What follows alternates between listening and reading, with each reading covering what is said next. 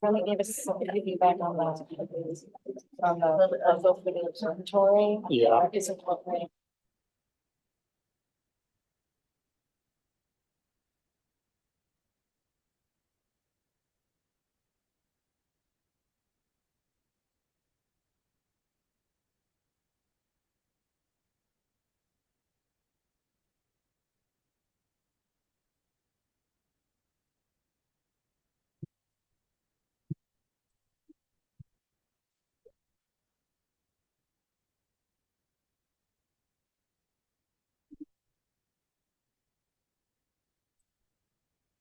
A very good morning, Excellencies,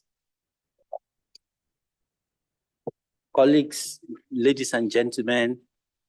Let me,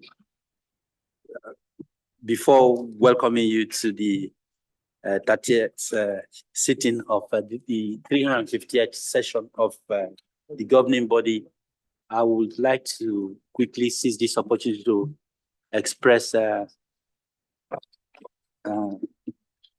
very warm appreciation to you all, indeed, for the efforts made by you, extra efforts yesterday to put in more time just for us to come to a consensus on what we're working on. So just to let you know that we surely don't take such things lightly. So it's a form of appreciation from all of us. So I would like to start with our agenda this morning, which includes the discussion of items INS/14, Rev 1 on the report of the government of Bangladesh on progress made in the implementation of the roadmap to address all outstanding issues mentioned in the Article 26 complaint concerning alleged non-observance of conventions number 81, 87, and 98, as well as INS/11 Rev 1 on the follow-up to the report of the Commission of Inquiry established in accordance with Article 26 of the ILO Constitution concerning the non-observance by Myanmar of conventions number 87 and 29, and the resolutions concerning Myanmar adopted by the ILO, the International Labour Conference at its 102nd in 2013 and 109th in 2021 sessions. Let us now start with our program for this morning. And as I said, the agenda is on INS/14 Rev 1, the report by the government of Bangladesh on progress made in the implementation of the roadmap to address all outstanding issues mentioned in Article 26 complaint concerning the alleged non-observance of conventions number 81, 87, and 98. The governing body first examined this case at its 337th session in the autumn of 2019. At its latest examination of the case in November 2023, it requested the government of Bangladesh to report on further progress at this 350th session and deferred the decision on further action to our current session or to a subsequent one. The document before us contains the latest report from the government of Bangladesh in its appendix. And paragraph 9 of the document invites the governing body to note the strong commitment made by the government of Bangladesh to engage in further tripartite consultations with the technical assistance of the office to address the outstanding issues mentioned in the complaint. Also to call on the government and the social partners to pursue their tripartite consultations on the labor law reform in a constructive manner. And this is with a view to bringing about all necessary reforms as a matter of priority. And further, to request the government to report on further progress made in the implementation of the roadmap of actions and to defer to its 52nd session the decision to consider further action in respect of the complaint. I now declare the discussion on this agenda item open, and I will turn first to the distinguished government representatives of Bangladesh, His Excellency Anisul Haq, Minister for Law, Justice and Parliamentary Affairs of Bangladesh. Please go ahead, Excellency Minister. Thank you, Chair. Distinguished members of the governing body, good morning. It is with unwavering commitment to the cause of enabling decent work and realizing labor rights in Bangladesh that I present before the governing body the progress made in implementing the 2021 to 26 roadmap. Bangladesh started its journey with the vision of its father of the nation, Bangabandhu Sheikh Mujibur Rahman, who dedicated himself to the emancipation of the toiling masses from exploitation and deprivation. Under the bold and pragmatic leadership of Honorable Prime Minister Sheikh Hasina, we are determined to establish a developed and smart Bangladesh by 2041, prioritizing labor rights and meeting international labor standards. Mr. Chair, in the wake of COVID-19 and various man-made crises, including conflicts, Bangladesh, like many other nations, has faced economic challenges. The RMG industry in particular has been affected by external shocks such as factory closure and a decline in exports, resulting in job losses and unpredictability among workers on their livelihood. Food and fuel prices escalation, exchange rate fluctuations, depletion of the foreign currency reserve added to our challenges. Despite these difficulties, Bangladesh has remained committed to improving labor conditions in alignment with the roadmap to catalyze significant transformations in the world of work. Among many other initiatives, we, in cooperation with the employers, have successfully launched piloting of Employment Injury Scheme, EIS, in the ready-made garment sector in June 2022. Distinguished presence, I will present Bangladesh's progress in ensuring better working conditions against two parameters: the agreed roadmap from 2021 to 2026 and Bangladesh's compliance to international labor standards. On the broad category of legal reforms, I underscore that Bangladesh has ratified 8 out of 10 fundamental conventions and a total of 36 conventions and 1 protocol, which is one of the highest in our region. This aptly reflects our commitment to align with international law on labor standards. We have successfully amended Bangladesh labor rules in September 2022 and adopted the export processing zone labor rules in October 2022 to bring in improvements. On amendment of the Bangladesh Labor Act 2006 in the 349th governing body held in November 23, I reported that the National Parliament of Bangladesh had adopted the Bangladesh Labor Act Amendment Bill 2023, and the bill was awaiting assent by the Honorable President. Some stakeholders, especially from the workers' bench, raised concerns on some aspects which could not be addressed. Honorable President sent the bill back with some observations on further improvement of the bill. Those observations could not be addressed as the schedule of the general election was declared within days, and the last parliament could not transact any further business. As new government was sworn in on 11 January 2024, we immediately resumed the process of labor law reform and reconvened the tripartite law review committee meeting. TLRC has now finalized its recommendations, incorporating agreed upon points raised by technical experts, members of the governing body, and Honorable President's observations. In the whole exercise, we had extensively exchanges of views with the ILO Dhaka office in 5 full sessions, and we must thank ILO Dhaka office for their contributions. Distinguished members of the governing body, We are confident that the National Tripartite Consultative Council, the NTCC, will approve the amendments proposed by TLRC, paving the way for an amendment bill to be sent to the Cabinet and thereafter to the Parliament. Recommendations finalized by the TLRC inter alia includes the following.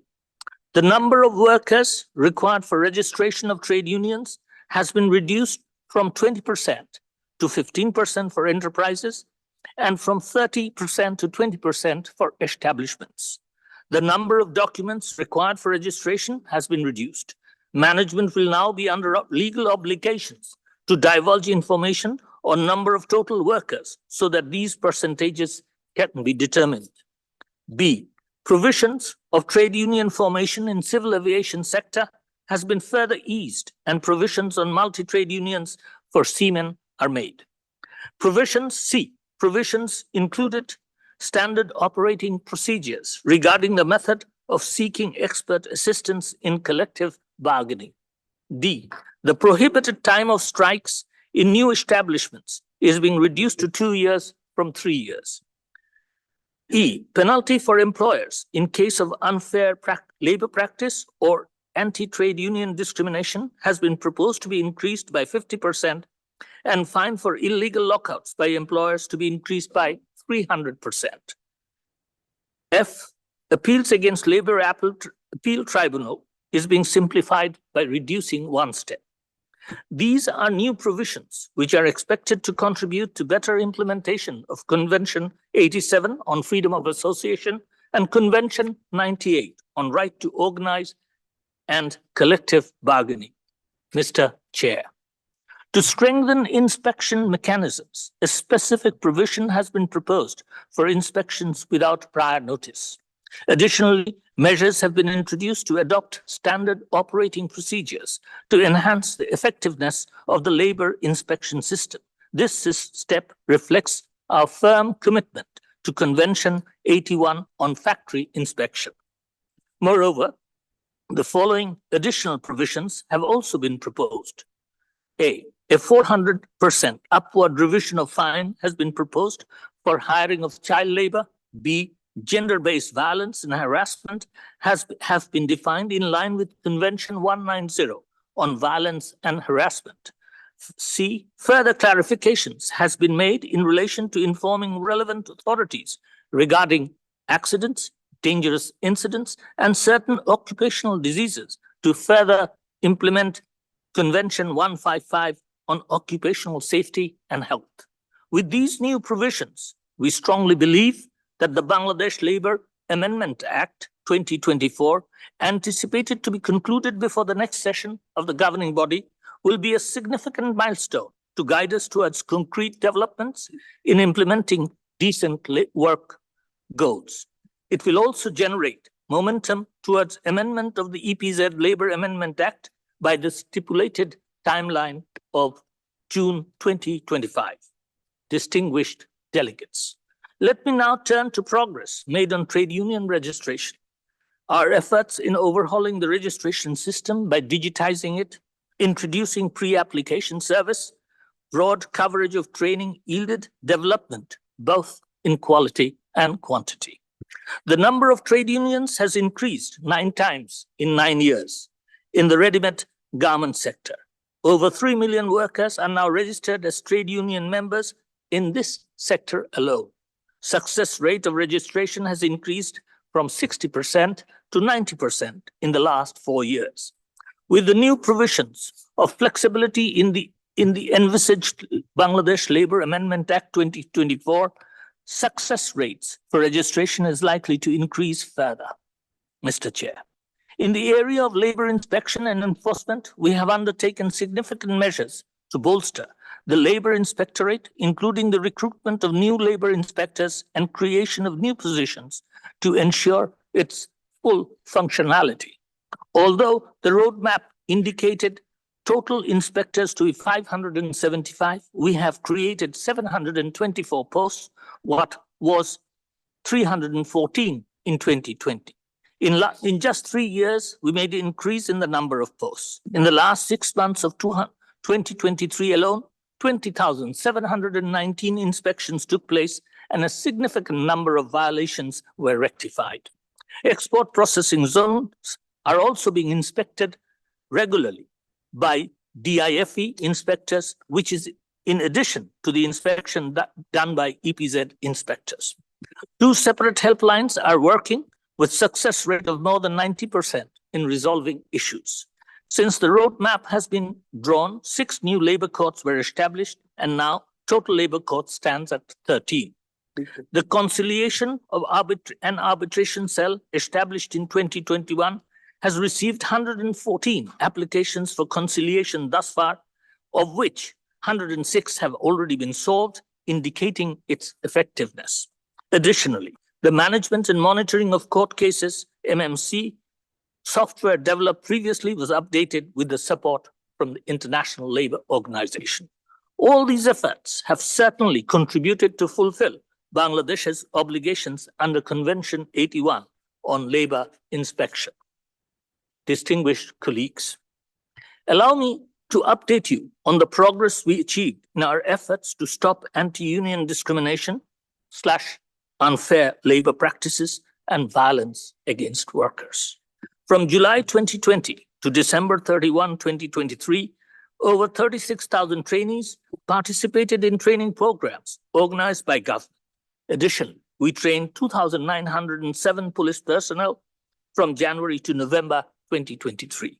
These training courses cover various topics, including the Labour Act 2006, human rights, labour rights, and industrial relations management.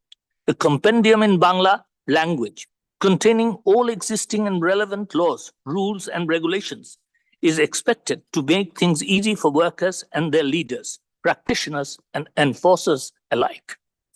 Proposed amendments in the Labour Act include aspects to address unfair labour practice and violence against workers. As regards the case of Shahidul Islam in particular, we would like to mention there has been significant development recently.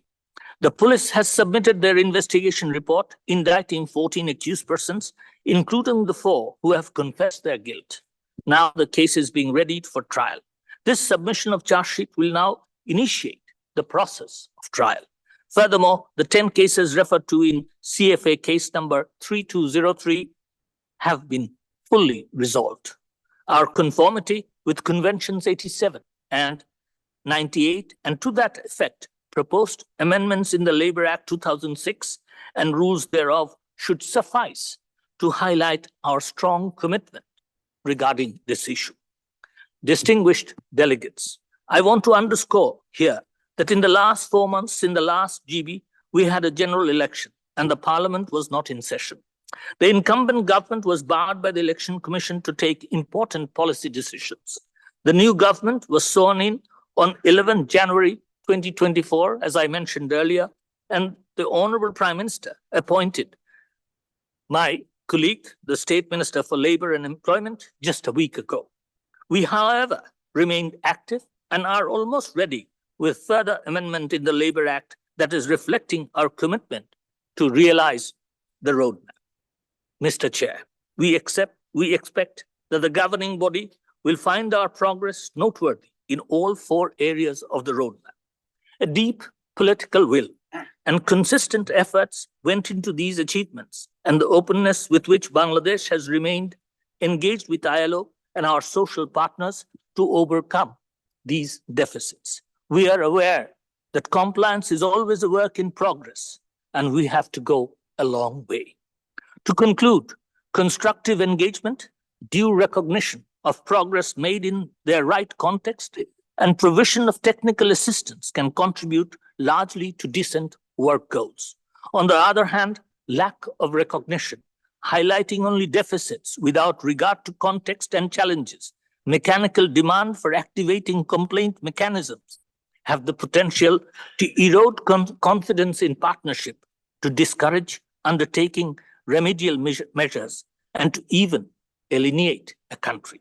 I urge the governing body to appreciate our achievements and value our proactive engagement with ILO social partners to set the right direction towards improved labor relations in Bangladesh.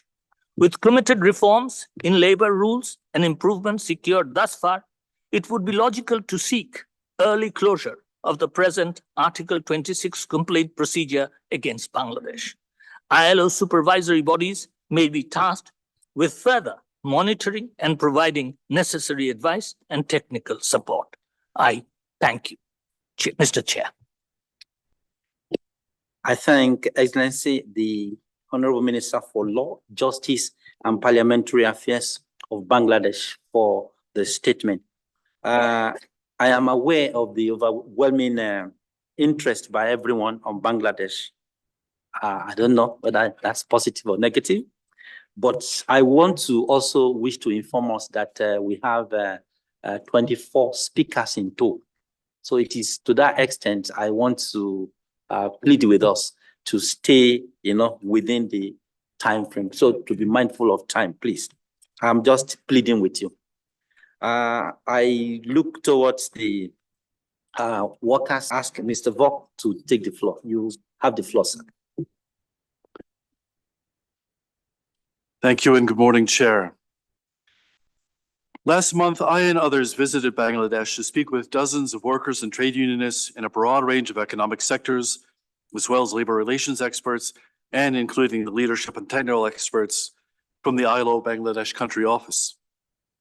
We did this in order to ensure that we had the most up-to-date information directly from workers that is relevant to the implementation of the ILO Bangladesh Roadmap. Unfortunately, the government did not make anyone available for this mission. The testimony we heard from workers only reinforced our previous assessment of the situation in the country, namely that serious and systemic violations of Conventions 81, 87, and 98 continue. In short, in our assessment, and indeed what we've heard from the workers of Bangladesh, is that little has been done to address the fundamental issues set forth in the roadmap, despite the fact that many of these issues have been longstanding and are well known. Further, the government has received substantial technical and financial support over many years. There is simply no more time to waste. It is therefore no surprise that the Committee of Experts 2024 report expresses concern, deep concern and regret in its observations, while the Committee on Freedom of Association has 2 open cases before it deemed serious and urgent. As a result, trade union density and collective bargaining coverage remains low in Bangladesh, with workers earning among the lowest wages in Asia, even after the recent meager increase, and to work under deeply precarious and indeed dangerous conditions. I will now address some of the key points in the roadmap. With regard to the Bangladesh Labor Act and labor rules, in its 2024 report, the experts once again expressed its regret that the government failed to amend the Bangladesh Labor Act to protect the right to freedom of association and to bargain collectively in numerous respects. Concrete action on this matter is already seriously overdue under the roadmap, having been, and also having been a commitment under the 2013 ILO Sustainability Compact, which preceded the ILO roadmap. As was referenced, and as you will recall, just prior to the November 2023 session of the governing body, the government announced with fanfare that it had adopted amendments to the BLA. In reality, the government had come with a small number of amendments, none of which actually addressed the comments of the Committee of Experts regarding Conventions 87 and 98. The government, as we've heard, subsequently pulled back these amendments and is working on a new set of amendments. But I am very disappointed to hear what has been presented to us orally this morning, because once again, these amendments do not comply with principles of freedom of association and collective bargaining. The reduction in the percentages announced by the Honorable Minister still violate Convention 87. The ban on strikes from a 3-year ban to a 2-year ban still violates freedom of association. And the increase in fines are, even if doubled or tripled, are still exceedingly low and likely have little dissuasive impact. So if these are in fact the achievements that the government is presenting to the governing body, I'm afraid that these still do little to in fact bring them into compliance with the observations of the Committee of Experts. And not to mention that there are literally dozens of other observations with regard to Convention 87 and 98 not mentioned by the Honorable Minister. The government must, as a matter therefore of highest priority, finally and fully address the Committee of Experts' comments as they relate to Conventions 87 and 98. They must do so with a focus on quality rather than a tick box exercise which generates amendments that do not resolve the issues which have been raised by the ILO and echoed by the trade unions for many, many years. Furthermore, this must be done through a meaningful process of consultation with trade unions. Bangladesh trade unions strongly criticized the flawed process for developing the amendments last year, and we are still not hearing of genuine evidence of consultation with representative trade unions. We note that the government will still also need to amend the Bangladesh labor rules, which in many respects still constrain the right to freedom of association and to bargain collectively. This should be done after the adoption of the requisite Bangladesh Labor Act amendments so as to ensure legal consistency between the Act and the rules. And in fact, there are many inconsistencies between the Act and the rules at the moment. With regard to trade union registration, the registration of trade unions without previous authorization is a key to the realization of the right to freedom of association. However, serious obstacles remain in law and in practice preventing the registration of unions. The 55-day limit to grant trade union registration is simply not respected in practice by the Department of Labor. This has resulted in a backlog of pending registration for months of a year or years without any effective means of redress, leaving workers unable to organize their activities or bargain collectively. The government has again reported on the digitalization of trade union registration. While this is supposed to simplify and improve registration for unions, it has in reality only added an extra burden for unions seeking to register, especially as unions still must submit a hard copy of their application in addition to using a online portal, which many unions have complained is exceedingly difficult to use. Fundamentally, the system has failed to result in registration applications being processed within the specified timeframes in the standard operating procedures or to increase transparency in the process. There are other systemic issues which could be addressed but haven't up to now. The lack of verifiable data as to the number of workers in an enterprise has allowed employers to manipulate the numbers, making it difficult for unions to ascertain whether they have reached the 20% threshold. Further, employers have routinely misclassified workers as supervisory officers or persons engaged in administrative and managerial work to exclude, even if they have no such functions, to prevent them from joining a union or being counted in the minimum number needed to register a union. Unions have also unanimously complained about the employers' use of outsourcing and fixed-term contracts to preclude a vast number of workers from freely associating and collectively bargaining at the workplace. Further, there are frequent reports of the registration of yellow management-dominated unions when legitimate unions attempt to form. While most such unions do not meet the eligibility criteria, they are immediately registered. And in fact, many of the new unions that have been touted by the government and included in their statistics of this great number of new unions, in our view, are not independent and democratic trade unions, but are yellow unions, in fact, that are registered immediately upon independent unions attempting to form a union in their workplace. And perhaps most importantly, in the registration process, we hear consistently concerns about bribery and collusion between factory management and DOL officials. This is remaining widespread and unaddressed, and therefore undermine any efforts to address the matter through legal or regulatory reform. With regard to trade union dismissals, trade unionists are regularly dismissed or terminated for their trade union activity with no effective remedy. Unions report that many activists find themselves blacklisted and unable to find work in the same industry or location. The pressure is doubled for female trade unionists and organizers who are faced with sexual harassment, social stigmatization, and limited access to benefits. In some cases, the dismissals come with a threat of violence. We are aware of numerous cases in very recent years, 2023, 2024, in which management has used hired thugs to threaten union activists and their families with physical harm if they do not sign blank sheets of paper resigning from the union, from the company, or both. Those who refuse often face more threats or beatings until they relent or they flee. One of the key problems is that workers have no direct access to the courts with regard to unfair labor practices, so only the government can file ULPs directly with the labor court. These cases are often poorly handled, lawyers do not appear for cases, and do not keep workers apprised of their cases. When courts issue clearly erroneous decisions, government lawyers fail to appeal these cases. The government has previously referred to the SOPs for unfair labor practices, but these procedures and timelines are rarely respected in practice and have as such had little impact on access to justice and remedy.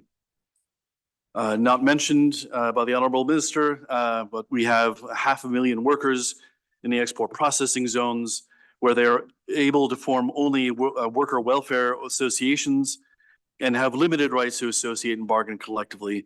During our mission, we met with members of worker welfare associations. They explained that elections for these associations are actually organized by BEPSA, not by the workers.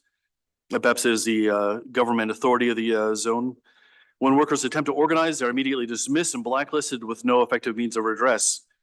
We are unaware of a single collective bargaining agreement in any of the country's EPZs. At best, there can be an ad hoc resolution of individual demands that do not result in a collective bargaining agreement. Wage fixing in the zones is centralized without meaningful worker input, and the wages so set become the ceiling, not the floor. The right to strike is severely restricted. In 2024, the Committee of Experts again urged the government to expedite the review of the Export Processing Zones Labor Act and the labor rules in full consultation with the social partners. We expect that workers in the EPZs are afforded their full rights under Conventions 87 and 98 as a matter of priority. With regard to the anti-union violence, workers regularly face threats and acts of violence with their trade union activity. While the government has reported that industrial police have received training under the roadmap, union leaders we met with all explained that industrial police still regularly intervene on behalf of employers to harass, intimidate, or beat trade unionists who are undertaking legitimate and peaceful union activity. Indeed, as the Committee of Experts recently observed, the committee must therefore once again recall that a truly free and independent trade union movement can only develop in a climate free from violence, pressure, and threats of any kind against leaders and the members of such organizations.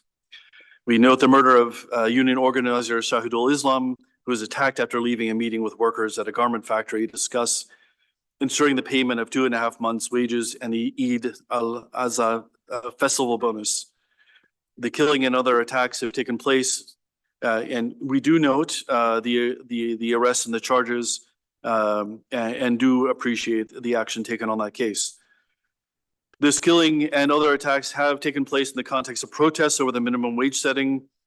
Police and other security agents have responded with excessive force, dispersing the crowds with water cannons, tear gas, iron rods, and rubber bullets. On October 31st, 2023, police entered the premises of another garment factory and attacked workers with rubber bullets and batons, injuring several. A total of 4 workers were killed during wage protests, including 3 who died after being shot by rubber bullets or pellets. At least 35 baseless criminal charges have been lodged against at least 44,450 individuals, including thousands of unnamed accused and 4 organizers and leaders from independent trade union federations. These 4 union representatives languished in overcrowded and unsanitary prisons for over 2 months before finally being granted bail. Finally, I want to address quickly, and realizing my time, I want to address labor inspection.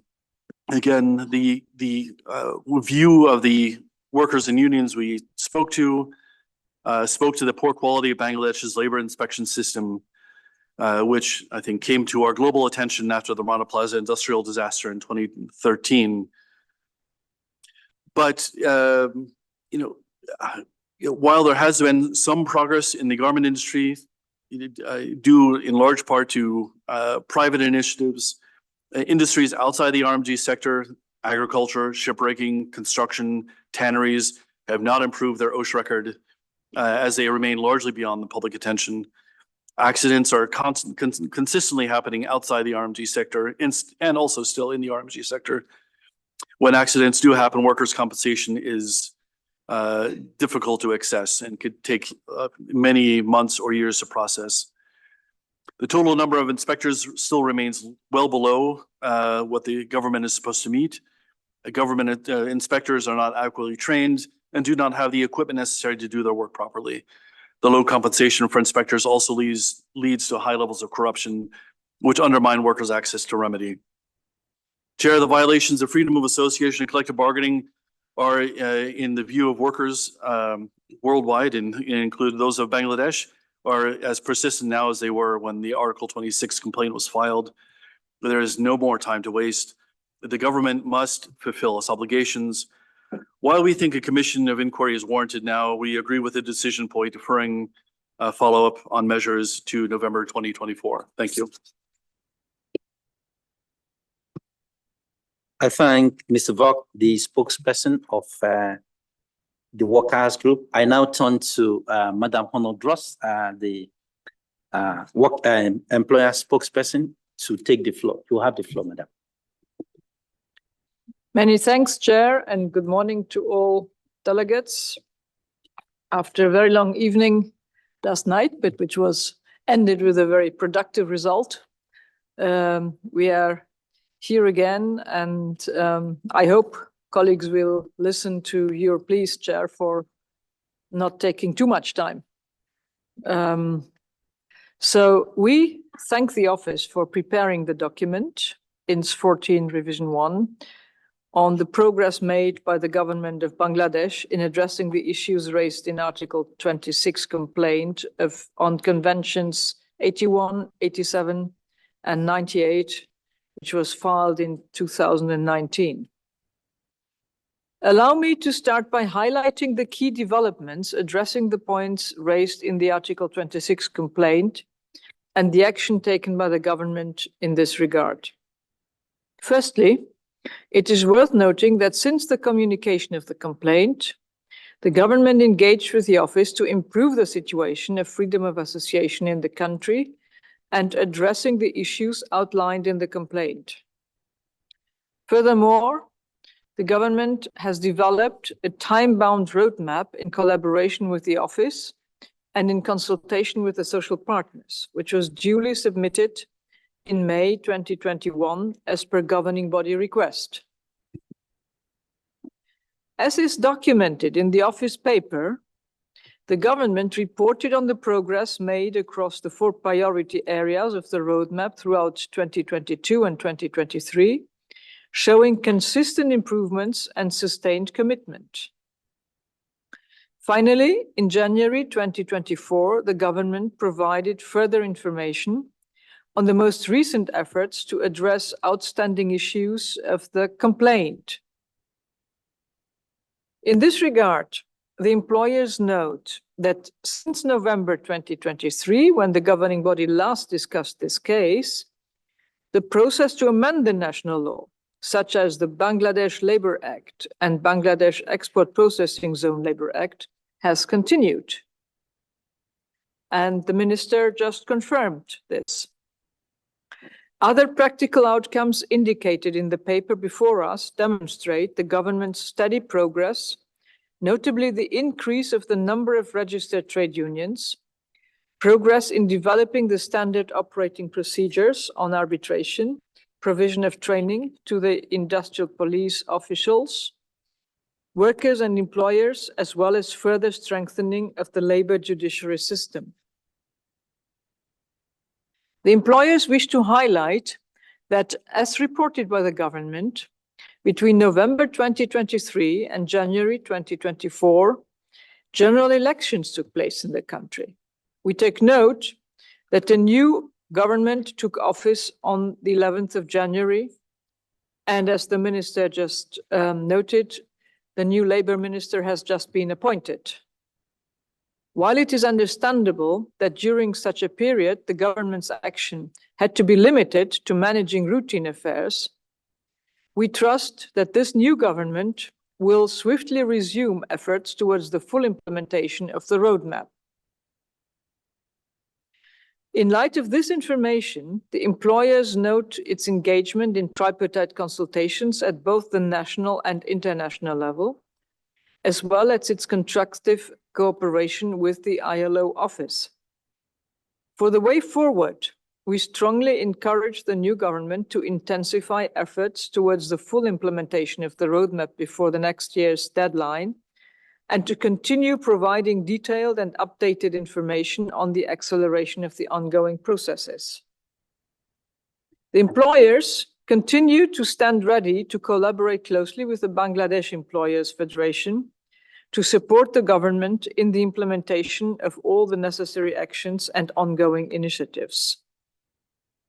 With these comments, the employers support the draft point for decision under paragraph 9, INS 14, revision 1. Thank you, Chair.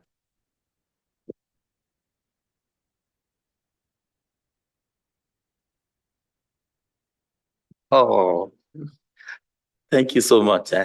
At any rate, our vice chairperson can do no wrong, but thank you for assisting us.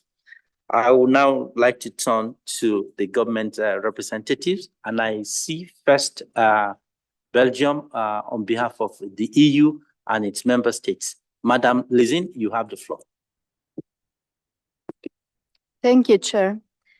I have the honor to speak on behalf of the European Union and its member states, the candidate countries, North Macedonia, Montenegro, Albania, and Ukraine, and the EFTA countries, Iceland and Norway, members of the European Economic Area, as well as Switzerland, align themselves with this statement. The EU and its member states are committed to the respect, protection, and fulfillment of human rights, including labor rights. We promote universal ratification and effective implementation of fundamental ILO conventions and support the ILO in developing and promoting international labor standards and supervising their application. We welcome the submission by Bangladesh of a progress report on the implementation of the ILO roadmap on the labor sector in Bangladesh 2021-2026, developed around 4 priorities areas shared with the tripartite constituents and discussed at the tripartite implementation and monitoring committee meeting in January 2024. We thank the office and fully support the continued engagement of the ILO in promoting labor rights in Bangladesh and monitoring the implementation of the roadmap. The EU continues monitoring the implementation of the National Action Plan on the labor sector of Bangladesh that reinforces the roadmap on the compliance with ratified ILO conventions. We underline the importance for Bangladesh to accelerate efforts to effectively implement ratified conventions. We remain concerned by the fact that the government of Bangladesh has only partially implemented the labor reforms it has committed to. We reiterate our call for the timely delivery and comprehensive implementation of all its commitments. We note that the amendments to the Bangladesh Labour Act, which were adopted by the Parliament of the 2nd of November 2023, have not yet entered into force. We expect that the new government to swiftly proceed with the revision of the Bangladesh Labour Act in consultation with social partners so that they ensure full alignment with international labour standards. In particular, it is crucial to remove existing restrictions on freedom of association in all sectors and to facilitate the registration of trade unions and the right to collective bargaining. On the EPZ Labour Act, we urge the government to expedite its review and follow a tripartite process to ensure that all workers are granted all rights outlined in the Freedom of Association Convention. We strongly encourage the government to ensure full compliance of its labor law with international labor standards in close collaboration with social partners and to implement the recommendations of the ILO supervisory bodies. We regret that social partners have so far not been adequately consulted and involved in this process. We are concerned about the remaining obstacles to the unionization of workers, as well as the systematic refusal of workers' rights regarding wage payments, overtime, and working conditions. In consideration of the recent cases of workers and labor activists being injured, killed, harassed, or intimidated for association with trade unions or in connection with wage demands and protests in late 2023, we urge the government of Bangladesh to swiftly conduct investigations, hold those responsible to account, and effectively implement preventative measures. Meaningful social dialogue is also a proven tool for maintaining and encouraging peaceful and constructive workplace relations. Continued and intensified efforts are needed in training, including on the use of minimum force for the relevant law enforcement authorities to deal with strikes and protests, and more broadly to respect human rights, including labor rights. While acknowledging some efforts in this regard, further work is necessary to review the inspection framework to ensure independent and free inspection. We encourage the government to continue working on the full functionality of the labor of inspectorates, for which a sufficient number of adequately trained labor inspectors is key. The EU has established a close cooperation with Bangladesh on implementing labor standards for many years. We reaffirm our strong commitment to continue cooperating with Bangladesh in partnership with the ILO, and we encourage the government to keep engaging in effective dialogue. We will continue to closely monitor the progress in the implementation of the roadmap. Chair, in light of the considerations and concerns raised above, we support the decision point, including the deferral to the 352nd session of the governing body of the decision to consider further action in respect of the Article 26 complaint. Thank you, Chair. I thank Belgium on behalf of the EU and its member states. I now call on the United States. Ms. Morgan, you have the floor, Madam. Thank you, Chair. And thank you to the Office for the paper and the Government of Bangladesh for its report and for its remarks today. We have listened closely to the information presented. However, we note that the fundamental issues identified in the Article 26 complaint and by the ILO supervisory system concerning freedom of association, the right to collective bargaining, and labor inspections have not been addressed. Regarding labor law reform, we share the regret expressed by the Committee of Experts in its 2024 report that the government of Bangladesh has not addressed numerous and long-standing concerns with the Bangladesh Labor Act, despite continued and extensive technical assistance provided by the office. In its most recent report, the government indicates it has held consultations with representatives of worker welfare associations over amending the EPZ Labor Act, but it did not indicate it has held consultations with trade unions.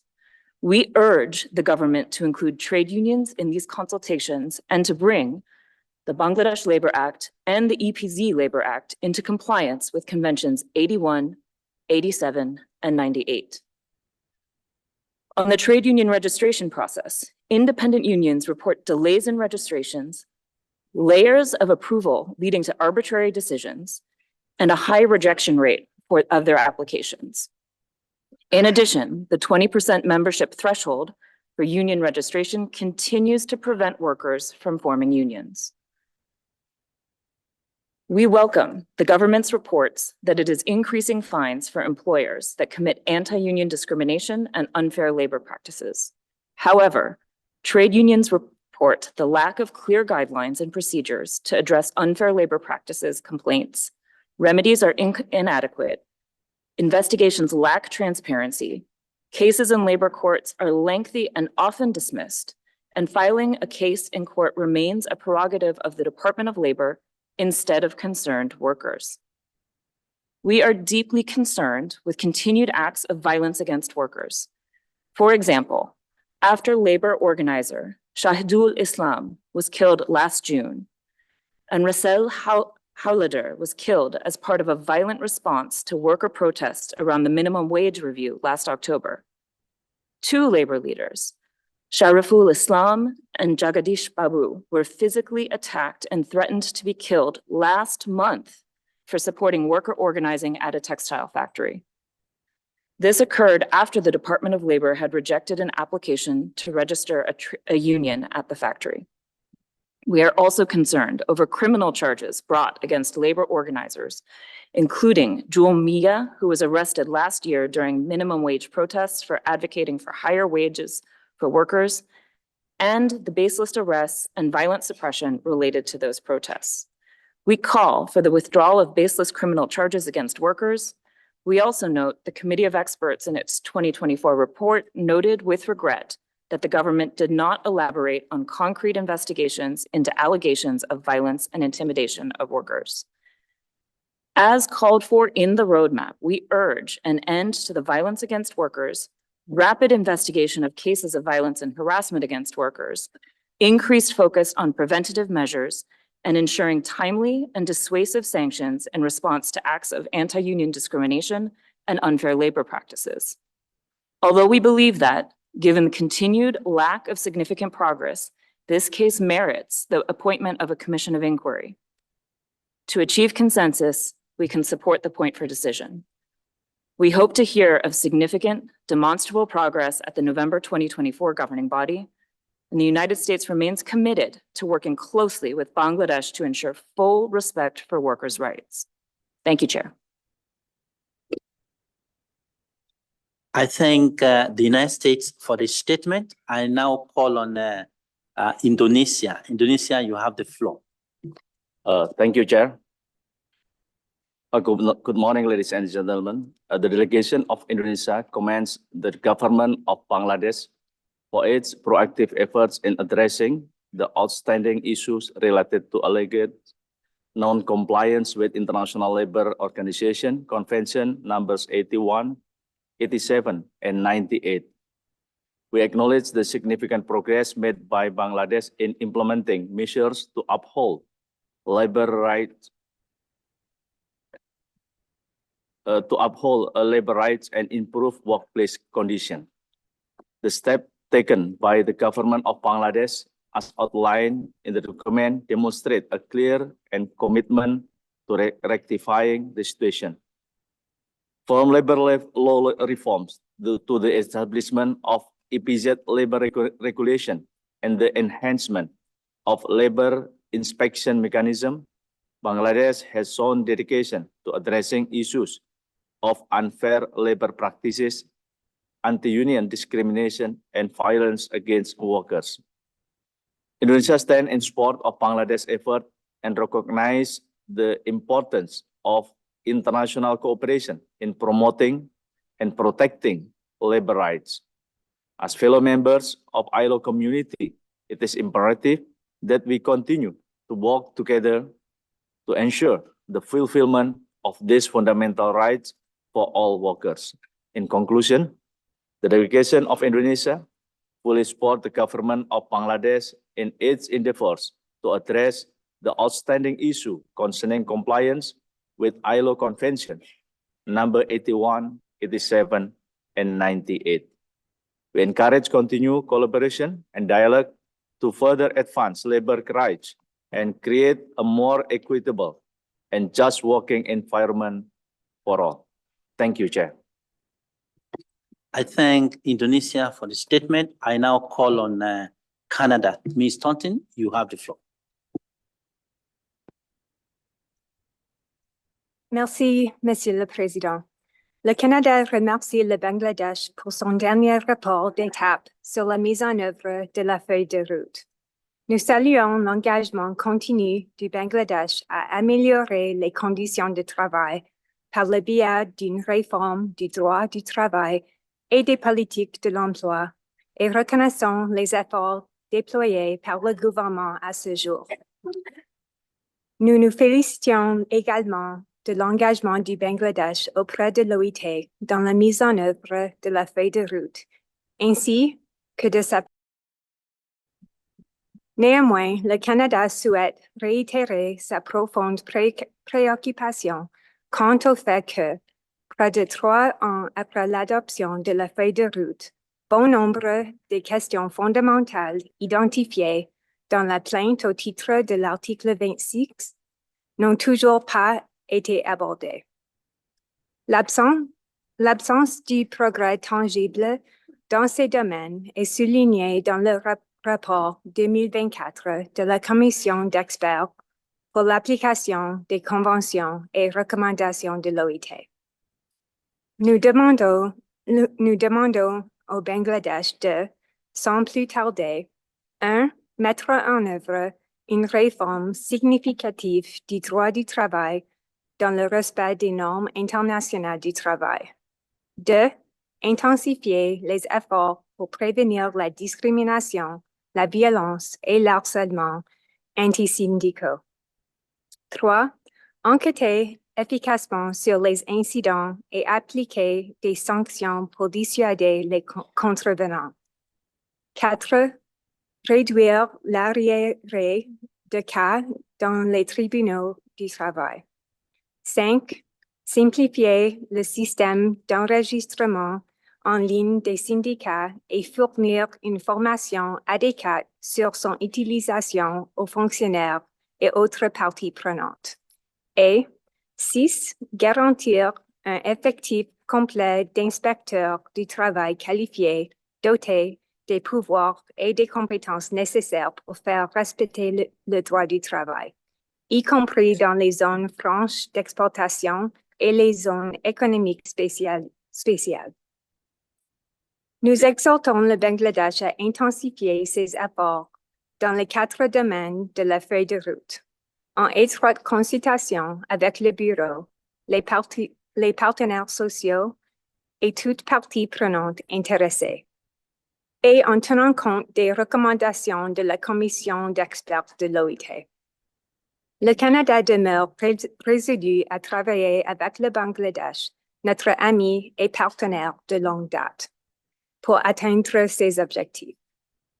Étant donné que d'autres mesures sont nécessaires pour traiter d'un grand nombre de questions centrales à la plainte, nous estimons qu'il est nécessaire d'assurer un suivi de la mise en œuvre de la feuille de route.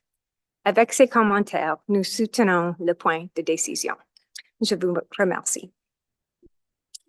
Je remercie le Canada. I now give the floor to Namibia. Madam Ndombo, you have the floor. Thank you, Chairperson, for giving me the floor. Namibia is speaking in her national capacity. Namibia thanks the office for preparing document GB 350/INS/14. Chairperson, sir, Namibia commends the government of Bangladesh for its strong commitment toward the implementation of the roadmaps of actions. We took note of the reporting on the progress made in the implementation of the roadmap in line with the decisions of the 344, 346, 347, and 349th GB sessions. Namibia is confident that with the new cabinet, which was sworn in on 11th January 2024, the new government will be in a position to provide soon an update on its effort for administrative and regulatory improvement in the context of the roadmap. In light of the steady progress made by the government of Bangladesh on the Article 26 complaint, we call on the office to provide technical assistance, if so required, to the government of Bangladesh for the full and effective implementation of the roadmap. Chairperson, with these remarks, we call on the governing body to note that the complaint does not require further actions from the governing body. I thank you, Chairperson. I thank Namibia for the statement. I now give the floor to my dear brother, Excellency, the permanent representative of Republic of Niger, Ambassador Labo. You have the floor, sir.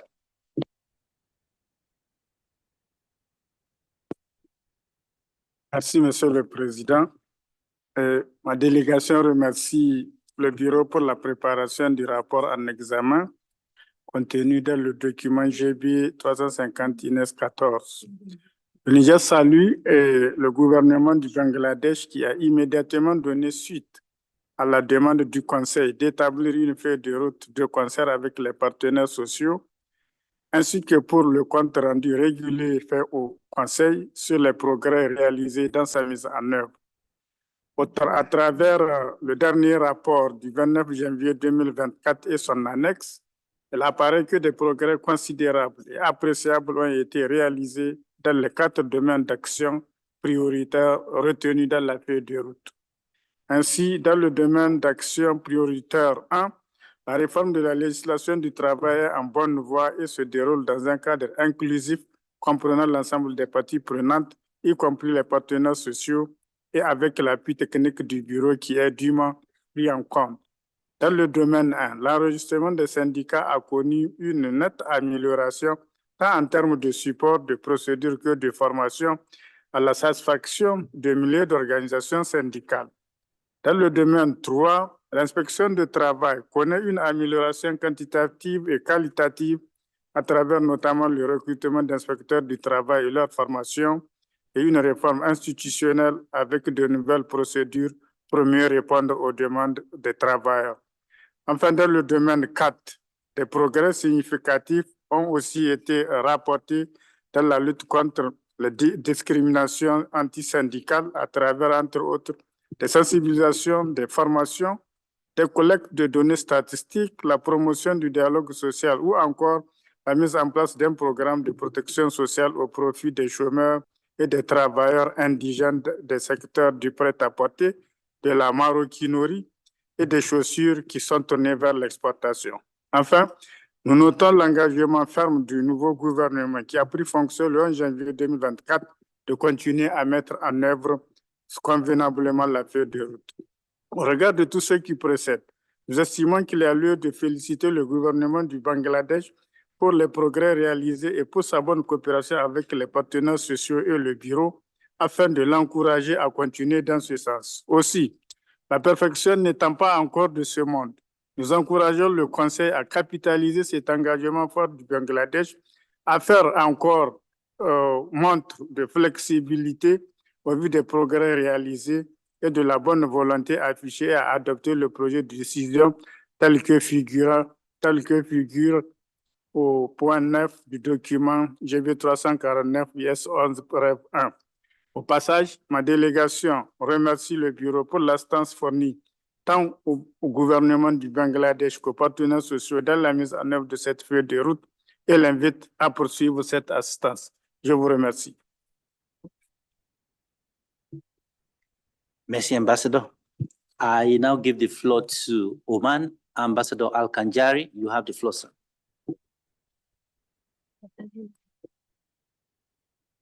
شكرا السيد الرئيس، ويسعدنا أن نرحب بجميع السادة أعضاء مجلس إدارة المنظمة ونهنئ كافة المسلمين بشهر رمضان المبارك لعام 1445. في البداية نتقدم بالشكر لحكومة بنغلاديش على تعاونها مع منظمة العمل الدولية بشأن الشكوى المعروضة حول تطبيق الاتفاقيات رقم 81 و87 و98، وتؤكد سلطنة عمان دعمها وتأييدها للإجراءات التي قامت بها الحكومة، وتثمن التقدم المحرز لضمان تحقيق معايير العمل الدولية لجميع العمال بالتعاون مع الشركاء الاجتماعيين وممثلي الاتحاد الدولي للنقابات وممثلي المكتب في دكا وكذلك في جنيف لمعالجة الشكوى المقدمة بموجب المادة رقم 26. السيد الرئيس، إن المحاور الأربعة التي اعتمدتها حكومة بنغلاديش في الخطة التي شملت إصلاح قانون العمل وتسجيل النقابات العمالية وتفتيش العمل ومكافحة العنف والتمييز تعد أساساً ومنطلقاً للخروج بجملة من الإصلاحات، ومن بينها التعديل الأخير على مشروع قانون العمل والذي تم بعد سلسلة من الحوارات والاجتماعات مع الشركاء. كما نثمن الجهود التي تمت بشأن آلية تسجيل النقابات العمالية من خلال إمكانية التسجيل عن طريق الموقع الإلكتروني، ونقدر الجهود لتعزيز نظام التفتيش ونظام تسوية المنازعات العمالية ومن خلال دعمها بالكوادر المدربة وتنظيمها وفق المعايير الدولية، وتقديرا لخارطة الطريق التي تم اعتمادها من الحكومة والتقدم الإيجابي والمحرز بهذا الشأن، فإن سلطنة عمان تدعم كل المساعي الرامية إلى إغلاق الشكوى ضد بنغلاديش في القريب العاجل، نظرا للجهود المبذولة والتطور الملحوظ بشأن تنظيم قطاع العمل وحفظ حقوق طرفي الإنتاج. وفي الختام ندعو حكومة بنغلاديش إلى مواصلة إجراءاتها والتي من شأنها تعزيز حقوق العمال، وكذلك ندعو منظمة العمل الدولية مواصلة تقديم الدعم الفني لحكومة بنغلاديش في كل ما من شأنه مساعدتهم في تحقيق العمل اللائق والمستدام لديهم. شكرا سيد الرئيس.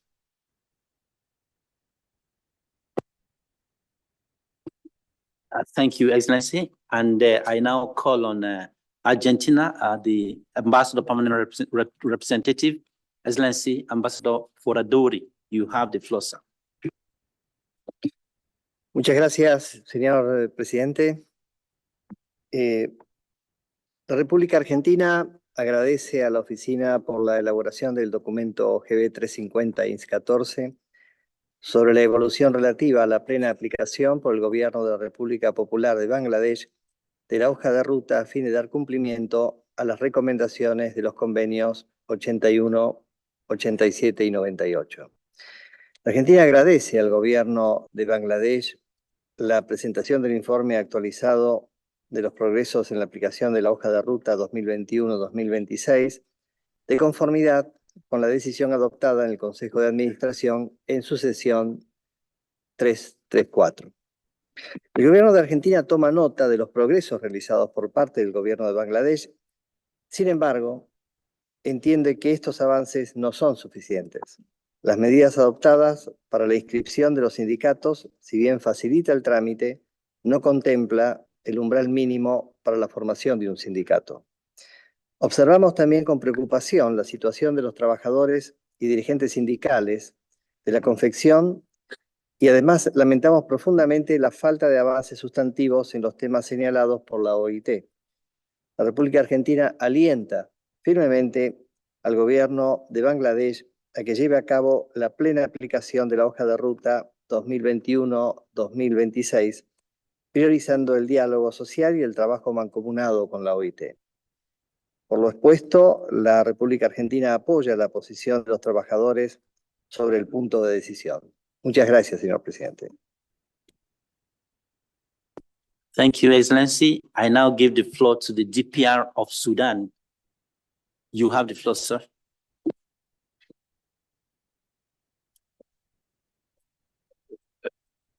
Ramadan Mubarak.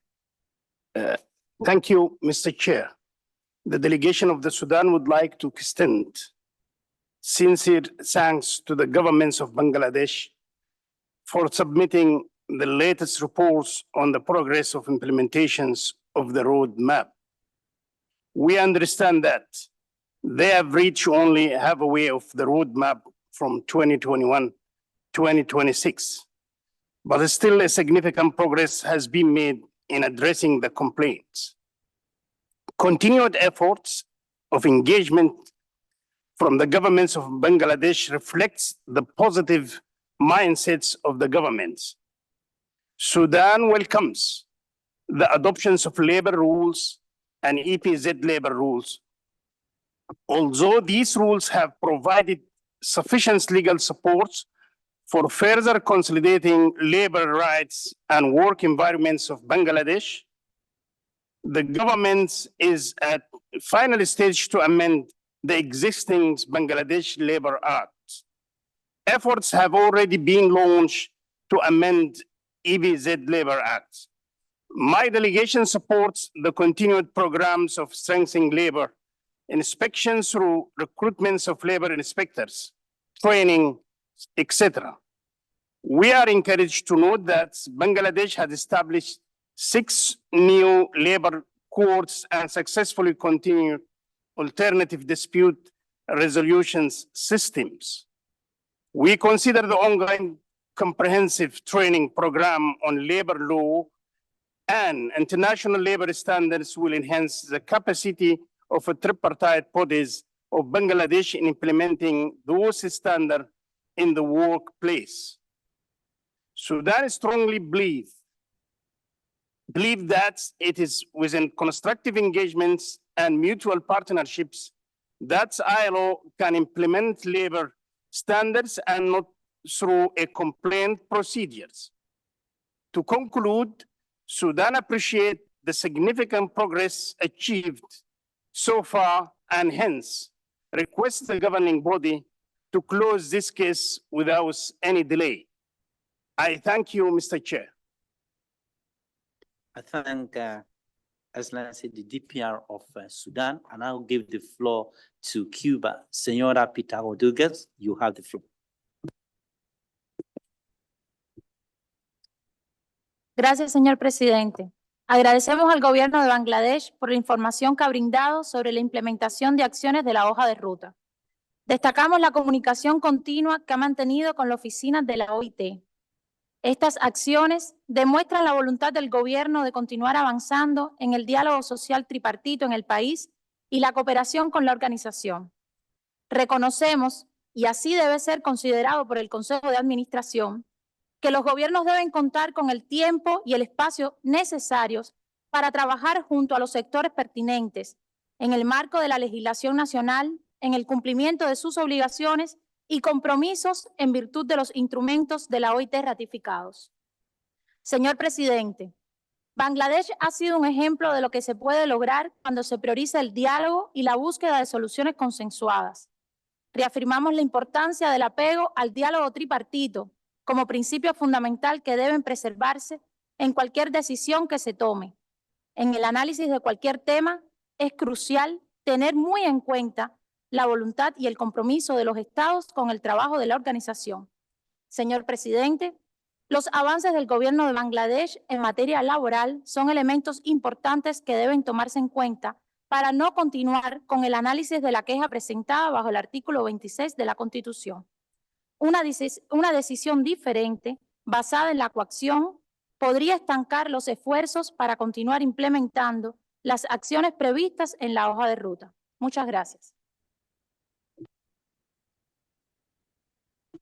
I thank Cuba for the statement, and I give the floor to India. Ms. Baka Tamraka, you have the floor. Thank you, Chair. We thank the office for the background document on this agenda item and take note of the report submitted by the government of Bangladesh on progress made in implementation of the roadmap to address all outstanding issues. We appreciate sincere implementation of the roadmap by the government of Bangladesh in consultation with the social partners and in cooperation with ILO. We are pleased to note that the government of Bangladesh has undertaken labor law reforms resulting in significant increase in trade union registration, labor inspection and enforcement for addressing acts of anti-union discrimination and unfair labor practices, and violence against workers, including legal and administrative reforms to improve trade union activities, occupational safety, wages, skill development, and labor welfare. India supports the steps taken by the government of Bangladesh to usher in reforms in the labor and employment sector of Bangladesh. Bangladesh has demonstrated commitment towards ensuring the rights of laborers, which is evident in the adoption of occupational safety and health policy and the domestic workers' protection and welfare policy. In view of the above transformative reforms initiated by Bangladesh government, we believe that the government of Bangladesh should be supported in its endeavor to achieve the intended results of these reforms so that it percolates to the beneficiaries. We believe that ILO should support the government of Bangladesh in its efforts to strengthen employment and labor market policies, especially in addressing the challenges that workers are facing at present. We appreciate the government of Bangladesh's strong commitment to working closely with the social partners in further promoting labor rights in the country. Government of Bangladesh may be supported by ILO in fulfilling all its commitments. We would like to request ILO office to take cognizance of the development made and close this country case. We wish the government of Bangladesh all success in its endeavors. Thank you, Chair. Thank India for the statement. I now give the floor to Malawi. Ms. Kawamba, you have the floor. Thank you, Chairperson, for giving me the floor. Malawi is speaking in its national capacity. Malawi would like to thank the Office for the document GB 350 INS 14. We also thank the government of Bangladesh for submitting report on the progress of implementation of roadmap from 2021 to 2026. My delegation welcomes the comprehensive program of implementation of the roadmap and significant progress made so far. This reflects the forthcoming and positive intent of the government of Bangladesh. Malawi also notes with appreciation the recruitment of more labor inspectors and enormous amount of inspections done in the last 6 months.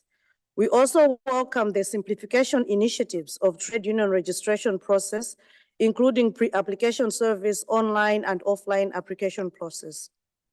We are confident that the government of Bangladesh, with its broad range of legal and institutional reforms, training and sensitization programs regarding labor law and international labor standards, has set the right tune for better social dialogue and other pillars of decent work. Malawi welcomes Bangladesh's progress in strengthening factory inspectorate services, especially in the export processing zones by government inspectors, and increasing labor courts countrywide and helplines for lodging complaints, among others. Chairperson, following these observations on the commitment shown by Bangladesh government and the progress made, we believe that the Bangladesh case can be considered for removal from the Article 26 procedure. And we request the office to continue working with the government of Bangladesh for continued improvement on the agreed roadmap and implementation of the concerned conventions. I thank you, Chair. I thank Malawi for this statement. I now call on Saudi Arabia. Ms. Mana Al-Kabari, you have the floor, Madam.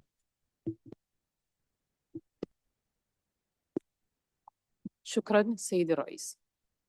تود بلادي أن تعبر عن شكرها لجمهورية بنغلاديش على التقرير المرحلي المقدم بشأن التقدم المحرز في تنفيذ خارطة الطريق المحددة زمنيا لمعالجة جميع القضايا العالقة المذكورة في الشكوى بموجب المادة 26، والذي يعكس حرص جمهورية بنغلاديش والتزامها بتحسين الأوضاع الاجتماعية والاقتصادية لشعبها وتحسين ظروف العمل كجزء من جهودها التنموية.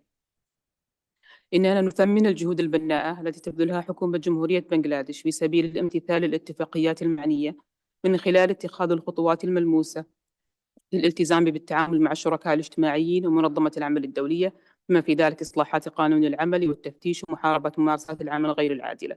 وقد تكللت هذه الجهود بالتزامها الصادق بتسريع تحقيق تحول أكبر في عالم العمل. ختاماً، تجدد بلادي شكرها لجمهورية بنغلاديش وتدعو مكتب منظمة العمل الدولية إلى إغلاق القضية في أقرب وقت ممكن وفقاً للتقدم الذي أحرزته حكومة جمهورية بنغلاديش. وشكراً سيد الرئيس. Shukran, Ya Akti. I now call on the United Kingdom. Mr. Wells, you have the floor. Thank you, Chair, for giving me the floor. The UK takes note of the report on the implementation of the roadmap and welcomes plans by the government of Bangladesh to engage in further tripartite consultations to address outstanding issues identified in the Article 26 complaint. The UK urges the government of Bangladesh to hold these consultations as soon as possible and before the 352nd governing body, so that progress on the roadmap can be addressed fully at that meeting. We also share the concerns expressed by others today regarding the pace of implementation and hope to see more meaningful progress by that meeting. The UK's developing country trading scheme, of which Bangladesh is the largest single beneficiary, requires countries to adhere fully to their international obligations in order to obtain duty-free and quota-free access to the UK market. Those obligations include all ILO conventions that Bangladesh has ratified, including the conventions covered in this Article 26 complaint. The UK is also currently co-chair of a body consisting of other ILO members and representatives that is due to meet senior Bangladeshi officials from the Ministries of Commerce, Labour and Employment, and Foreign Affairs to discuss the implementation of action plans on labour sector reform. We look forward to working with this group to accelerate the pace of the work to demonstrate progress before the 352nd governing body. We again urge the government of Bangladesh to engage in meaningful tripartite consultations to support this work and ensure that all outstanding issues outlined in the roadmap are addressed fully. With these comments, we support the decision. Thank you, Chair. I thank the United Kingdom for this statement. I now call on the Islamic Republic of Iran. My brother, Mr. Hosseininia, you have the floor, sir. Thank you, Mr. Chairperson. I thank the office for preparing the report. The Islamic Republic of Iran commends the government of Bangladesh for its unwavering commitment and substantial efforts toward implementing the time-bound roadmap related to labor rights and standards in accordance with ILO Conventions 81, 87, and 98. We note with appreciation the comprehensive report submitted by Bangladesh detailing the substantial progress achieved across the 4 priority areas of labor law reform, trade union registration, labor inspection, and enforcement, and addressing acts of anti-union discrimination, unfair labor practices, and violence against workers. The extensive amendments to the Bangladesh Labor Act and labor rules, the significant increase in the number of registered trade unions, particularly in the ready-made garment sector, the requirement of additional labor inspectors, and the establishment of new labor courts are commendable steps toward strengthening labor rights and improving working conditions.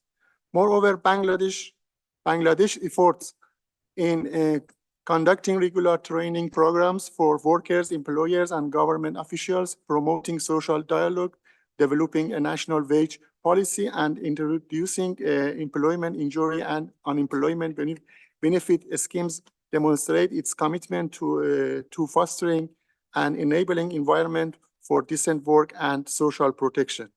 The Islamic Republic of Iran fully supports Bangladesh's endeavors and acknowledges the challenges faced in implementing such wide-ranging reforms.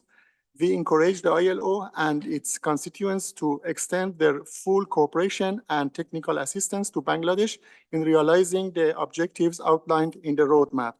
In conclusion, we reiterate our support for the government of Bangladesh and commend its steadfast efforts in upholding international labor standards and promoting the rights and welfare of workers. Considering significant progress, we request this governing body to close this case without any further delay. I thank you, Chair. I thank the Islamic Republic of Iran for this statement. I now call on Pakistan. Mr. Abdullah, you have the floor. Thank you, Chair. We have noted the progress reported by Bangladesh on its time-bound roadmap in terms of legislative and administrative steps to address the complaint. Bangladesh has reported to the governing body the advances made in 4 priority areas, including labor law reforms, trade union registration, labor inspection and enforcement. The delegation of Bangladesh has reiterated its continued commitment by the government of Bangladesh to provide a better and safer workplace for workers in order to uphold their rights, including collective bargaining, freedom of association, and right to strike. At the same time, we are cognizant of the complexity of challenges. We therefore call upon all parties to amicably address concerns and complaints in the spirit of tripartite cooperation in the ILO. We encourage and support efforts for early closure of the complaint under Article 26 of the Constitution through continued engagement and cooperation for implementation of the roadmap. Thank you, Chair. I thank Pakistan for this statement. I now call on China. Ms. Meifeng Duan, you have the floor. 谢谢主席，感谢秘书处提供的报告，感谢孟加拉国政府代表所做介绍。我们认真阅读了孟政府向本次理事会提交的详细报告。我们注意到，孟政府一贯重视履行劳工公约义务，努力加强3方合作与对话，充分展现了其与国际劳工组织加强技术合作、共同保护劳工权益的坚定信心。自该案件审议以来，孟政府积极履行理事会决定，制定了有实现的路线图，并持续深入予以实施。在劳动法改革、工会注册、劳动监察与执法、工人权利保障等重点领域取得一系列实际成果和重大进展，采取系列实际行动，取得明显成效。孟加拉国政府切实体现了该国履行公约义务、改善劳动关系的真诚态度和务实行动。中方对此表示赞赏。这些措施和成效，以及孟政府的积极态度，应当得到理事会的肯定。中方鼓励 ILO 继续与孟政府保持沟通协调，帮助其在大选后积极推进国家建设事业，尽早实现路线图目标。主席，鉴于该国政府目前所取得的明显的积极的进展，我们建议就此案件尽早结案。谢谢主席。I thank China for the statement. I now call on Algeria. Mr. Tabai, you have the floor.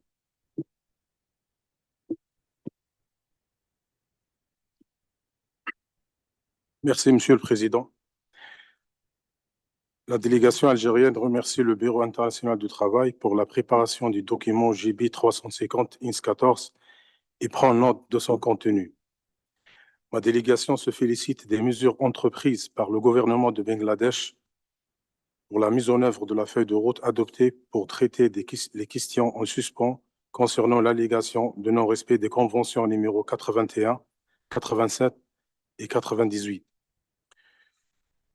Nous soulignons les efforts que le gouvernement de Bangladesh déploie à travers des réformes juridiques et administratives pour s'acquitter de ses engagements relatifs à l'application des normes internationales du travail. L'Algérie accueille avec satisfaction les progrès importants réalisés en ce qui concerne la réforme de la législation du travail, l'enregistrement des syndicats, l'inspection du travail, ainsi que la lutte contre la discrimination antisyndicale et la violence à l'égard des travailleurs. Ces efforts témoignent de l'engagement du gouvernement du Bangladesh à faire respecter les droits des travailleurs et la sécurité sur les lieux de travail dans ce pays. Ma délégation salue les mesures de formation continue des fonctionnaires aux procédures d'enregistrement, les mesures visant à pourvoir les postes vacants d'inspecteurs du travail et à assurer la formation régulière des titulaires, la mise en œuvre des modalités d'inspection dans les EFE, le déploiement de l'application numérique de gestion de l'inspection du travail et l'élaboration d'un cadre de coordination et de suivi des activités menées avec le Conseil chargé de la question de la durabilité dans le secteur de prêt-à-porter. L'Algérie se félicite également de la mise en place d'un système de suivi des plaintes déposées par les travailleurs au moyen du service d'assistance téléphonique, ainsi que l'élaboration d'un recueil en bengali contenant l'ensemble des lois, règles et règlements concernant le recours minimal à la force afin de sensibiliser la police industrielle dans le domaine du travail et des droits de l'homme. Sont également à saluer les mesures relatives à la mise en œuvre d'un programme de protection sociale destiné aux chômeurs et aux travailleurs indigents de tous les secteurs axés sur l'exportation. Monsieur le Président, l'Algérie encourage le Bureau à continuer de fournir l'assistance technique nécessaire au gouvernement de Bangladesh afin de permettre la mise en œuvre de la feuille de route. Enfin, ma délégation est d'avis que cette procédure de plainte devrait être close.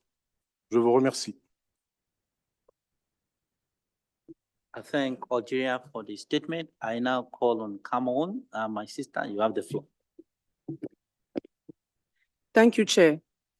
Cameroon thanks the office for the document. We would like to extend our appreciation to the government of Bangladesh for their report on progress. This report and the previous reports are testimony to the positive intentions of the government of Bangladesh to engage both with the office and the social partners. As Bangladesh has reported, the country is going through transformative changes to achieve decent work goals for the betterment of their people, including the workers. We thank the government for adoption of EPZ labor rules, which allow inspections by the government Department of Inspection of factories and establishments. We are amazed, Chair, to see the massive training program taken by the government with a remarkable gender equality. Cameroon appreciates the proposed changes as reported by the Minister of Law in the draft Bangladesh labor law. We support the amendment process and urge this governing body to extend full support to Bangladesh efforts. Cameroon appreciates the government of Bangladesh for achieving significant progress in simplification of trade union registration, qualitative changes in factory inspection, dispute resolution, etc. In light of the progress achieved so far, Cameroon will encourage Bangladesh to continue to accept the ILO monitoring through its supervisory system. Cameroon will be grateful to the GB to close this case. I thank you, Chair. I thank Cameroon for this statement. I now call on Nigeria. Mr. Etim Aniafek Essa, you have the floor. Thank you, Chairperson. Nigeria thanks the office for this report. I wish to begin by commending the functioning of the supervisory mechanism of the ILO in achieving fair labor practices and peaceful industrial harmony among member states. We warmly welcome the adoption and application of global labor standards to promote equal opportunities for women and men in their rightful claim to obtain decent work in atmosphere and conditions that promote freedom, equity, security, and human dignity. These irreducible minimum standards are essential components for economic growth and development. We have followed with keen interest the discussions of the previous report submitted by the government of Bangladesh on the implementation of the roadmap to address all outstanding issues highlighted in the Article 26 complaint of the ILO Constitution since it was first lodged in the 108th session of the International Labour Conference in 2019. This latest report is in line with the obligation and responsibility expected of a member state that has ratified a convention under review. We therefore commend the government of Bangladesh for the submission of the progress report and the willingness to cooperate with the office in the implementation of the adopted roadmap to address outstanding matters. My delegation aligns with previous speakers in highlighting the value of constructive engagements and cooperation by the tripartite constituents of Bangladesh to achieve the reported progress, despite a number of challenges. Significant progress has been recorded in the creation of decent jobs, provision of sustainable energy, massive investment in health and education, among others. Furthermore, some remarkable progress could be seen in the legal reform that has led to a renewed vigor in trade union activities and recruitment of factory inspectors. We commend the strengthening of the Labor Inspectorate Department on the introduction of digital inspection policy for speedy resolution of labor complaints in the country. We also commend the government's effort in organizing and conducting training for a reasonable number of personnel of the industrial police, workers, managers, and employers for the prevention of anti-union discrimination and harassment last year.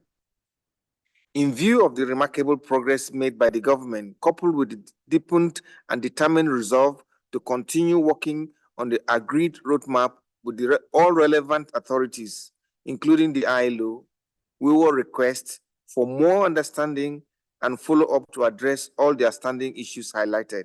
I thank you, Chair.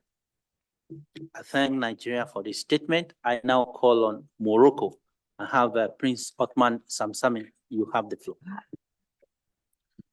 شكرا سيد الرئيس. بداية تود المملكة المغربية شكر المكتب على هذه الوثيقة.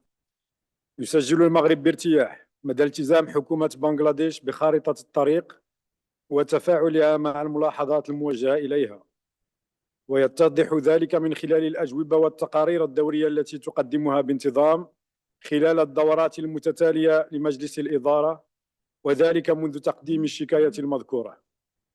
وفي هذا الصدد فإن المغرب يثمن كل الجهود المبذولة من طرف حكومة بنغلاديش من أجل الاستجابة والامتثال للملاحظات، ونخص بالذكر الإجراءات التالية: تعديل تشريع الشغل بشكل يضمن التطابق والانسجام مع معايير العمل الدولية من خلال مقاربة تشاركية مع الشركاء الاجتماعيين وكل الأطراف المعنية.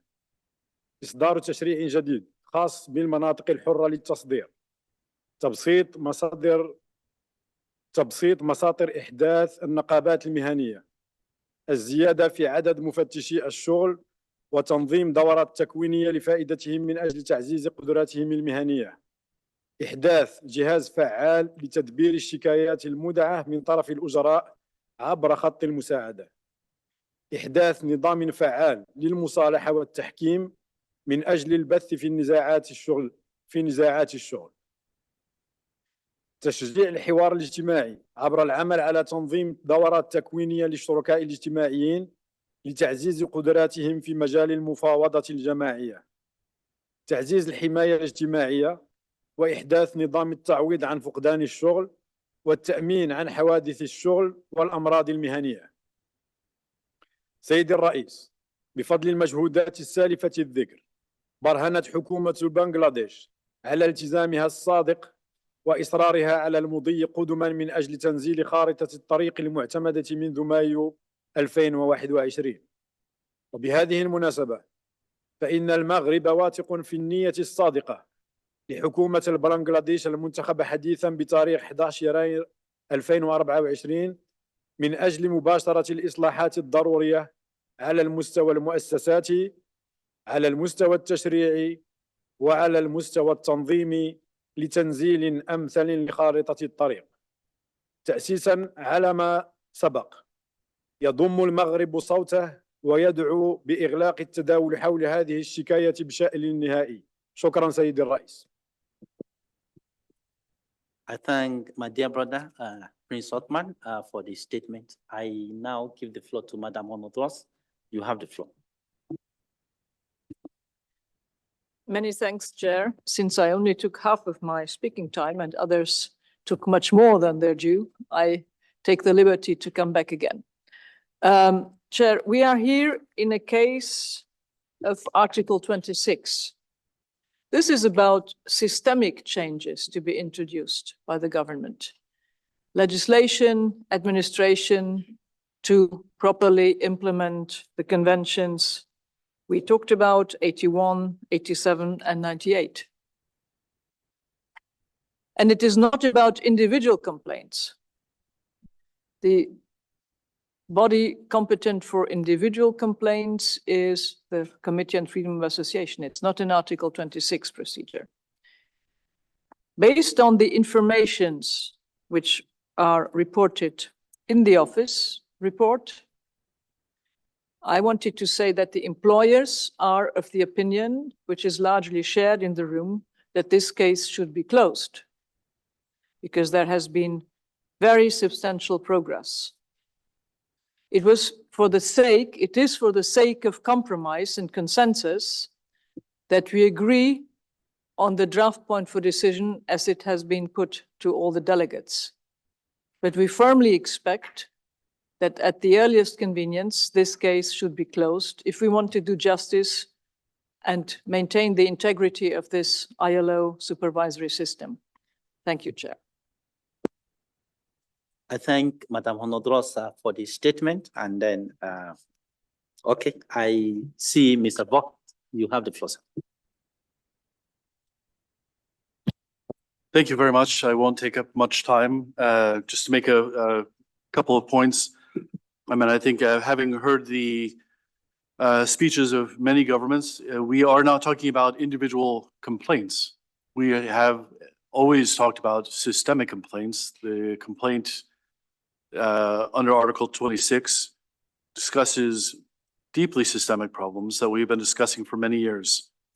Also, this idea that the room largely shares the idea that this should be closed immediately. me doing some simple math, I heard about 14 speeches that called directly for the explicitly for the immediate closure. But if you understand that the EU speech talked on behalf of 27 member states, accession states, and EFTA, plus US, Canada, Argentina, and United Kingdom, we're talking about 40 countries that express the idea that this needs to be under continued supervision. So that's almost 3 times the amount expressing immediate closure, at least double. And the idea, again, that we are dealing with a new government that needs to get its house in order. I'll just recall that the current prime minister has been in power since 2009, and she was the prime minister from 96 to 2001. So I think they've had ample time up to this point to address the issues that have been raised by the experts throughout that entire time.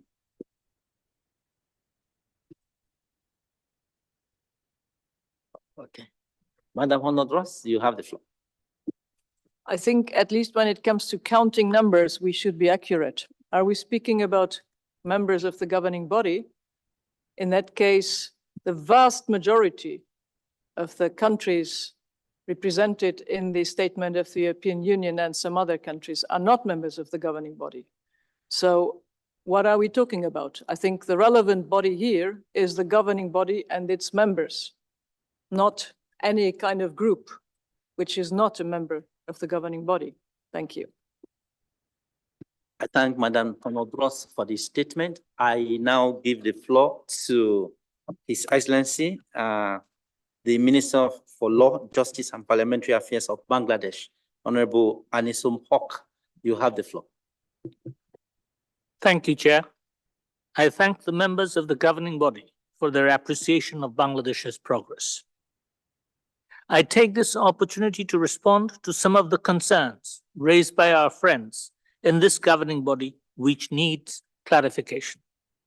I would like to apprise this governing body that it is the 6th time in the last 2.5 years that Bangladesh is reporting on the progress.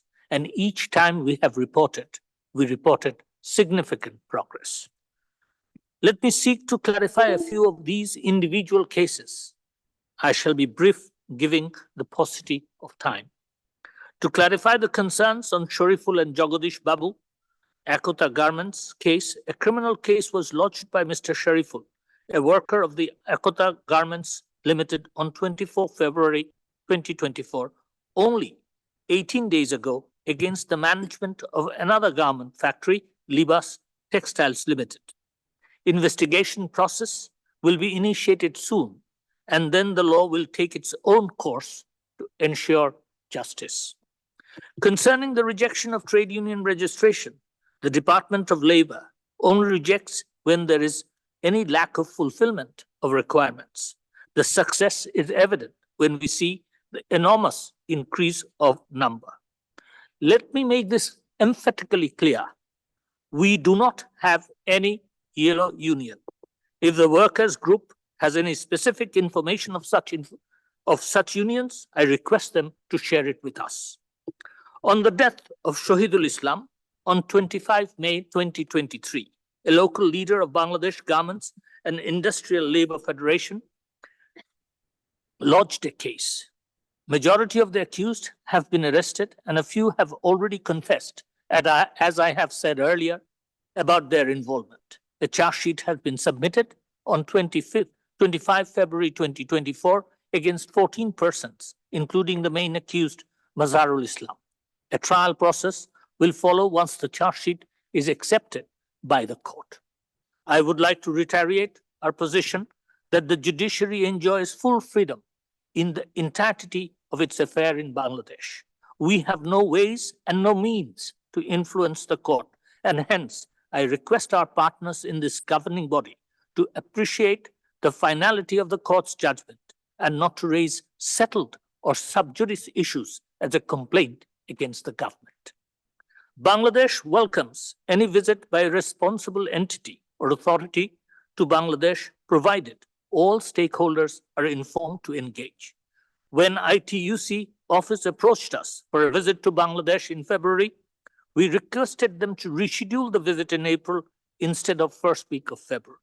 It is logical that a government which has just been sworn in on 11 January 2024 will need some time to comply to its initial priorities and hence cannot agree to welcome an ITUC team in the first week of February. Despite that, an ITUC team visited Bangladesh intentionally without any knowledge of the government. As I have reported earlier this morning, we took some time to amend the Labour Act even after the last Parliament adopted it. It's primarily because we wanted to take into account the concerns expressed by the 349th governing body meeting specially from the workers' group.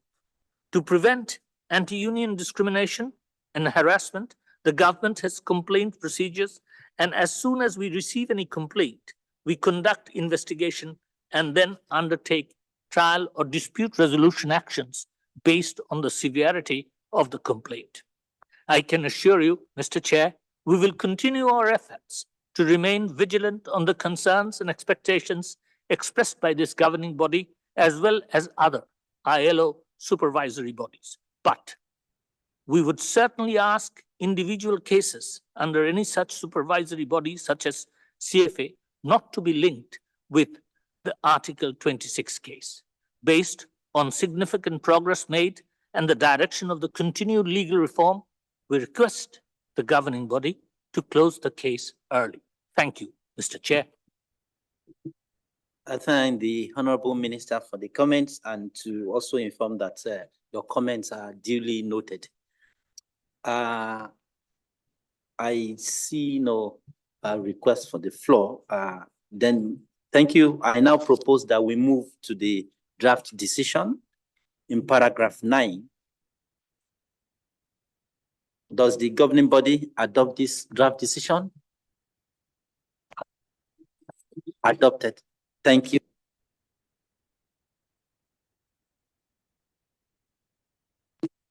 Excellencies, colleagues, ladies and gentlemen, we now move on to item in/1/11,